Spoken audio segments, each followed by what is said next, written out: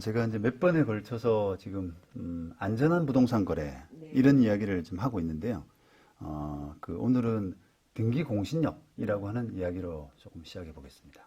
등기 공신력. 네. 이거 어떤 말인가요? 얼른 이제 이해 못하신 분들이 있을 것 같습니다. 네, 우리가 뭐 사람이 공신력이 없다 이런 표현을 쓰지 않습니까? 네네. 뭐 신뢰하기 힘들다 이런 뜻인데요. 어, 등기가 결국 공적인 신뢰가 없다, 믿어서는 안 된다 이런 뜻 정도로 이해하시면 되겠습니다. 아니 등기를 믿어서는 안 된다고요? 많은 분들이 등기를 믿는 거 아닙니까? 예, 이게 근데 등기에는 공신력이 없다. 네, 그렇고요. 공적인 신뢰라고 생각하시면 되겠는데 네. 그 부분은 우리가 제도상 없는 상태입니다. 그러면은 전적으로 등기부를 믿어서는 안 된다 이런 겁니까? 예, 그렇죠. 왜냐하면은 이게 이제 원인무효라고 하는 원인무효 등기가 있기 때문에 이제 그런 건데요. 네. 이런 등기부에 등기는 돼 있지만 실제로는 그 등기가 원인무효인 이런 경우에는 그걸 그 등기부를 보고 뭐 취득했다고 하더라도 네. 그 취득자는 보호되지가 않습니다. 네. 그러면은 이거를 사례로 조금 풀어서 한번 예로 들어서 설명을 해주시면 어떤 사건이 있었을까요? 네. 이게 등기부는 말씀드린 것처럼 이제 공신력이 없고, 다만 우리가 생각하는 그 등기부에 대한 신뢰는 약간 법률적으로는 추정력이라고 생각하시면 되겠는데요. 네. 등기는 권리가 있는 것으로 그냥 추정될 뿐이다. 근데 그 넘어서는 어떤 보호장치, 확실한 보호장치는 아니다. 이런 정도로 생각하시면 되는데, 네. 사례들을 제가 몇 가지 준비를 했는데, 첫 번째 사례는 이게 그 남양주 니코틴 살인 사건이라고 하는 그 사례인데, 이거는 지금 기침 좀 하거든요. 음, 네, 죄송합니다. 네.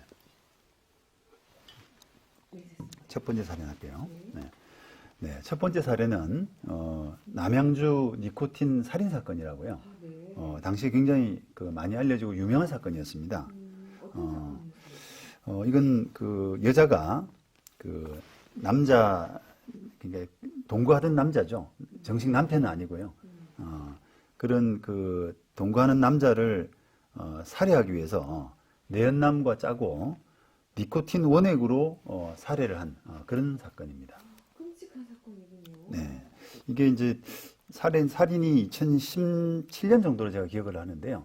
이 사건이 이제 그 내연남하고 그 살해한 여자하고 두 사람 모두 이제 형사재판을 받았고, 네. 2심 재판이, 2심 판결이 18년 7월에 선고가 됐는데 두 사람 모두에게 이제 무기징역형 선고가 됐습니다. 근데 아니, 이제 근데 이 사건이 등기 공신력이랑 어떤 관련이 있나요, 회장님? 예, 그래서 이제 그것 때문에 이제 궁금해지는데요. 예, 보통 뭐 이제 그런 니코틴으로 사람을 죽일 수 있다고 하면서 그때 되게 놀랬고, 살인 사건으로 많이 알려진 사건인데, 이제 저 같은 법률가 입장에서는 네. 그게 공신력하고 이제 연관되는 그런 결론이 났기 때문에 저도 많이 놀랐는데요. 그 2심 판결 몇 달 후에 관련 민사 사건이 하나 선고가 됐습니다. 네. 근데 그 민사 사건이 되게 이제 어떻게 보면 좀 재밌는 사건이 됐는데, 이게 바로 이제 등기 공신력하고 관련된 그런 사건입니다. 제가 말씀 좀 드리면은 이게 사건 그 조사 결과 이제 여자가 그 당시 동거하던 남자하고 혼인 신고가 안 돼 있던 상태였는데, 이걸 그 남자를 죽이고 그 재산을 상속받기 위해서 혼인 신고를 위조를 했습니다. 아, 네. 예, 즉 자기 마음대로 했던 버린 거죠. 그래서 이제 가족관계 등록부에 올라가고, 그 다음에 그 남자를 살해하고, 그 다음에 상속을 받았던 거죠. 살해를 하고 상속을 받기 위해서 이게 위조로 예, 위조해서 혼인신고를 신고하는 거예요? 위조했던 거죠. 그래서 상속되고 나서 그 아파트를 다른 사람에게 팔아버렸던 겁니다. 그런데 이제 그 사건 이후에 그런 부분들이 이제 밝혀지면서 그 살해당한 그 남자의 조카 되는 사람이 그 사람이 이제 그 다른 상속권자, 돌아가신 분이 다른 상속권자가 없이 조카가 이제 유일한 상속권자였는가 봐요. 네. 그래서 그 조카가 매수자를 상대로, 아파트 매수자를 상대로 아파트 등기를 나한테 돌려줘 음. 라고 하는 소송을 해서 결과는 원고 승소 판결이 났던 거죠. 아, 네. 이 변호사님 말씀하시니까 이 사건 생각이 나는 것 같습니다. 네. 그래서 이제 그런데 이제 일단은 부동산을 산 사람 입장에서는 변호사님 말씀하신 대로 아니 이 상속인이라고 해서 등기가 다 됐으니까 내가 믿고 산 거 아니냐 이럴 건데 이런 사람이 보호받지 못한다는 건가요? 그렇죠. 등기부상으로는 적어도 정확하게 올라와 있고 네. 하기 때문에 그 사람을 믿고 본인하고 거래를 하고 했다 손 치더라도 원인무효이기 때문에 이 사람의 상속 등기가 보호받지 못하고 등기를 돌려줘야 되는 그런 상황이 된 거죠.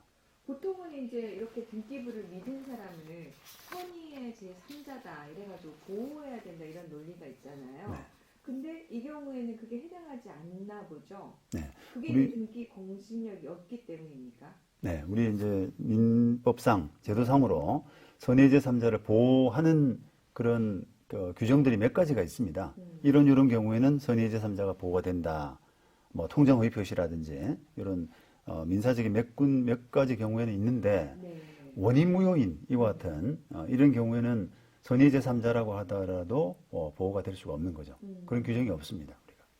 매수인 입장에서는 사실 이 혼인신고서가 위조가 됐는지 뭐 실제로 이 여성이 남편을 사망하게 했는지 살해했는지 알 수가 없잖아요. 그렇죠. 그러니까 이제 이분 입장에서는 조금 억울할 수 있을 것 같습니다. 네, 뭐 이분은 완전히 누가 보더라도 선의의 제3자 아니겠습니까? 네. 그런데 이 소송의 어떤 판결 이걸 내용을 보더라도 이것은 그 여자가 지금 적법한 상속인이 아니고 원인무효다. 그러니까 우리 제도상으로는 어쩔 수 없이 돌려줄 수밖에 없다. 이런 부분들이 판결에 나타나 있습니다. 네, 그렇군요.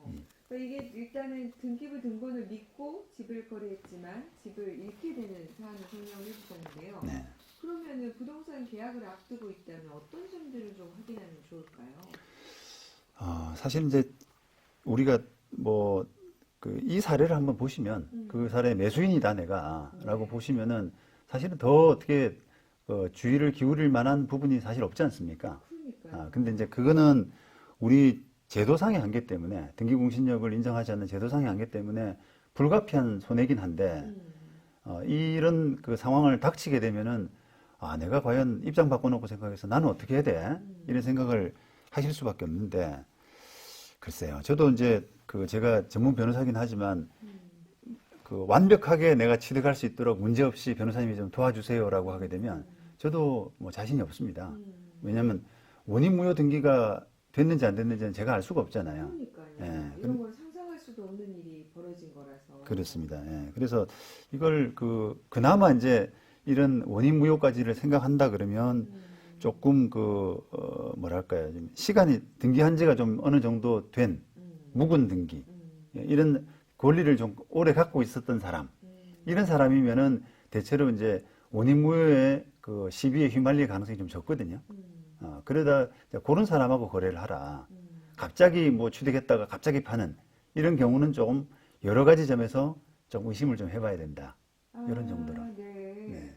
갑자기 취득했다가 갑자기 팔면 뭔가 특별한 사정이 이상한 사정이 있지 않나 이렇게 한번 좀 의심해보라 이런 말씀. 그렇습니다. 예. 그러니까 그거를 왜 이게 팔게 됐느냐 뭐 등등 이런 부분에 대해서 조금 자초지종을 확인도 하고 그런 절차가 좀 필요할 수 있습니다. 그거 이외에 좀 더 확인할 내용이 혹시 있으면 더 조언을 해주시면요. 네. 이게 이제 등기 자체가 뭔가 보호가 안 되는 이런 문제점 때문에 지금 걱정을 하게 되는 건데요. 아까 말씀드린 것처럼 조금 오래된 등기한 지가 좀 오래된 이런 사람하고 거래하면 좀 더 안전하고 조금 더 이제 연장을 한다 그러면 우리가 등기부 취득쇼라고 하는 게 있거든요. 네. 비록 잘못된 등기라고 하더라도 그 등기가 10년 이상 되면 그거는 보호된다라고 하는 그런 부분이 있기 때문에 네. 만약에 전 주인이 한 10년 이상 가졌다라고 하게 되면은 조금 더 이제 믿을 만한 부분이 있습니다만 그것도 또 안전하지는 않은 것이 완전하지는 않은 것이 만약에 이제 가정적으로 이런 원인무효인 사람이 10년 정도 가지고 있어도 그것은 선의가 아니기 때문에 반드시 10년 이상 된 등기는 무조건 안심이다라고 하기도 어려워요. 그렇죠. 그런데 물론 확률적으로 보면은 그런 문제를 일으킨 원인 무효인 등기를 갖고 있는 사람이 10년씩이나 갖고 있지는 않겠죠. 그러니까 이제 오래된 등기는 대체로 조금 더 신뢰가 가능하다. 이런 정도로 말씀드릴 수 있겠습니다.